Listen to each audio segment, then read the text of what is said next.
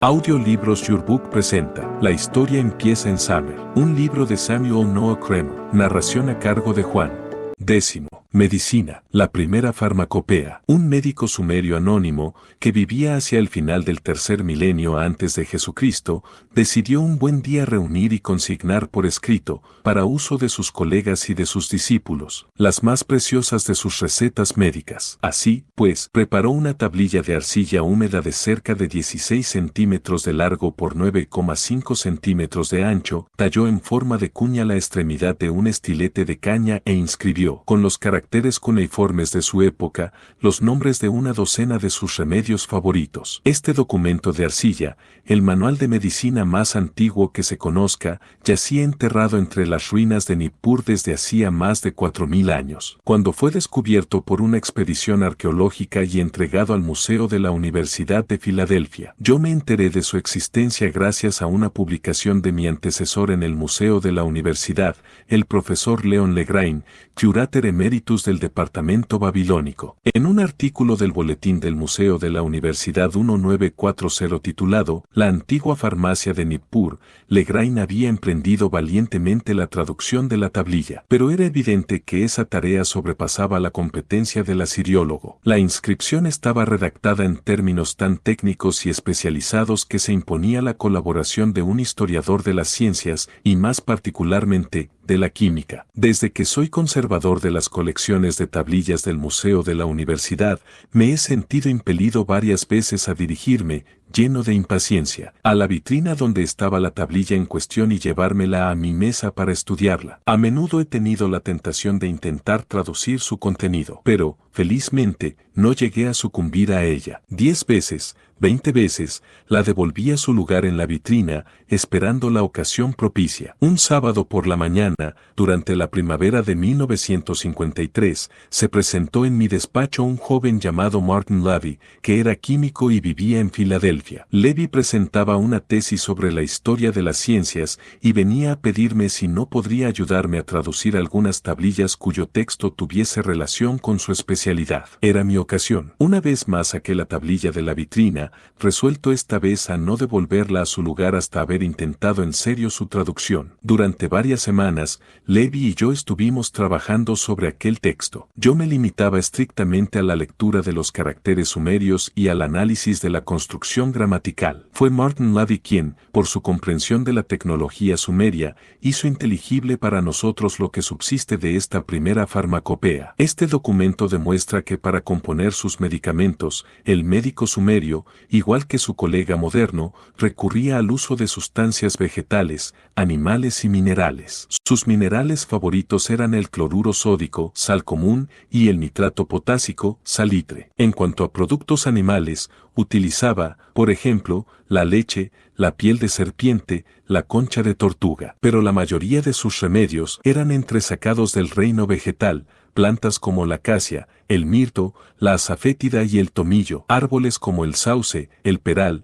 el abeto, la higuera y la palmera de dátiles. Estos simples se preparaban a partir del grano, del fruto, de la raíz, de la rama, de la corteza o de la goma de los vegetales en cuestión y debían conservarse, igual que hoy en día, en forma sólida, o sea, en polvo. Los remedios recetados por nuestro médico arqueológico comprendían también los ungüentos y los filtrados para el uso externo y los líquidos para uso interno. La preparación de los ungüentos consistía, por regla general, en pulverizar uno o varios ingredientes, impregnar el polvo así obtenido de vino kusuma y añadir aceite vegetal ordinario o aceite de cedro a la mezcla. En el caso de uno de los remedios en el que entraba como ingrediente la arcilla de río pulverizada, este polvo debía amasarse en agua y miel y, en lugar de un aceite vegetal, era aceite de mar lo que se debía verter sobre la mezcla. Las prescripciones relativas a los filtrados, más complicadas, iban seguidas de instrucciones para su modo de empleo. Para 3 de ellas, El texto sumerio es claramente afirmativo a este respecto.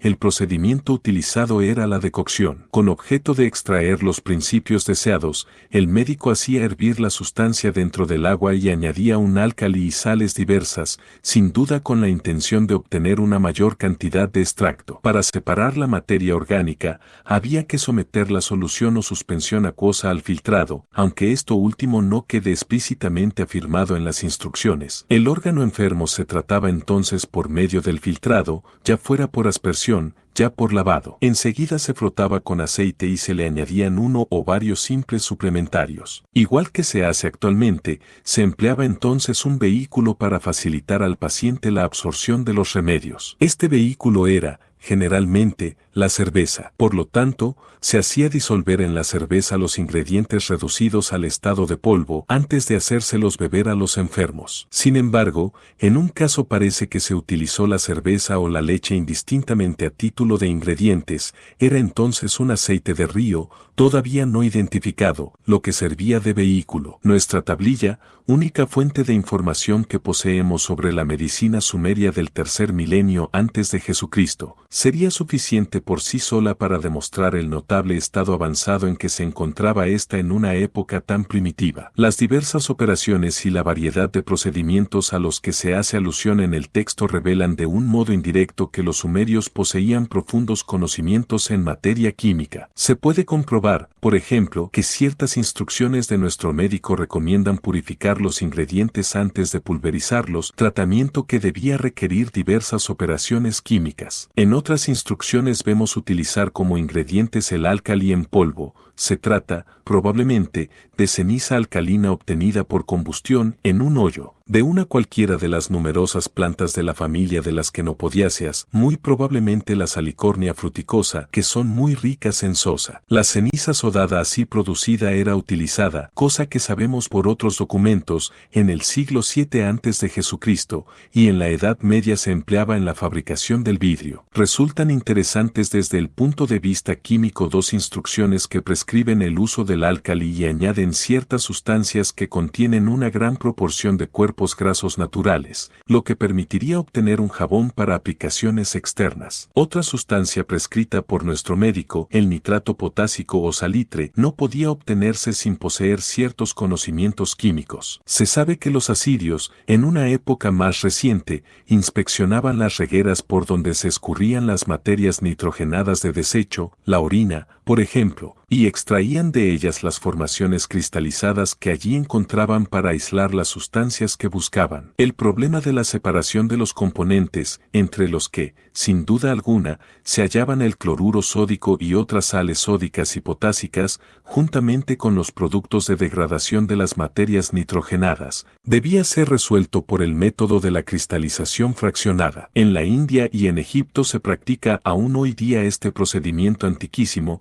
que fundamentalmente consiste en mezclar la cal o el cemento viejo con una materia orgánica en descomposición, para formar así nitrato cálcico, el cual, enseguida, se trata con lejía y a continuación se hierve con ceniza de madera, carbonato potásico, de cuyo producto se extrae finalmente el salitre por evaporación. Desde un punto de vista muy importante, nuestro texto resulta francamente decepcionante, ya que omite indicarnos a qué enfermedades se aplicaban estos remedios. Somos, por consiguiente, incapaces de comprobar su eficacia terapéutica. Los remedios mencionados tenían, probablemente, muy poco valor, ya que no parece que la medicina sumeria haya hecho uso ni de la experimentación ni de la comprobación. La selección de un gran número de medicamentos no tenía, sin duda, otro fundamento que la confianza inmemorial que tenían los antiguos en las propiedades odoríferas de las plantas. Sin embargo, algunas de las recetas tenían su utilidad. La fabricación de un detergente, por ejemplo,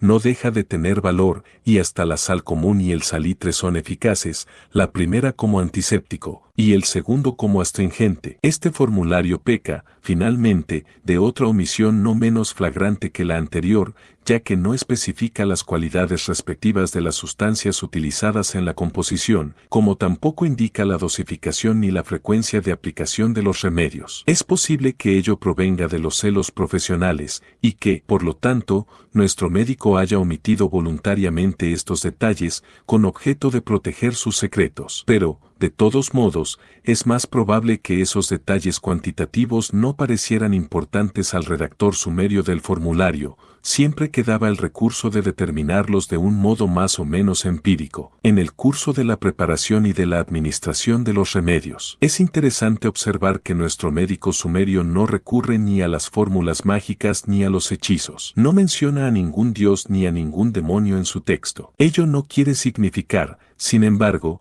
que el empleo de sortilegios o de exorcismos para curar a los enfermos fuese desconocido en Same en el tercer milenio antes de Jesucristo. Muy al contrario, semejantes prácticas eran de uso corriente, como se desprende del contenido de unas 70 tablillas pequeñas cubiertas de encantamientos designados como tales por los mismos autores de las inscripciones. Igual que hicieron los babilonios, más tarde, los sumerios atribuían la existencia de muchísimas enfermedades a la presencia de demonios muy malintencionados que se habían metido dentro del cuerpo de los enfermos. Media docena de estos demonios son nombrados expresamente en un himno sumerio dedicado al gran médico de la gente de la cabeza negra, a la diosa Bau, llamada también por los nombres de Ninisina y de Gula. No deja de ser, por consiguiente, notabilísimo que nuestro pedazo de arcilla, la página más antigua de texto médico y de farmacopea conocida hasta la fecha, se nos muestre completamente exenta de elementos místicos e irracionales.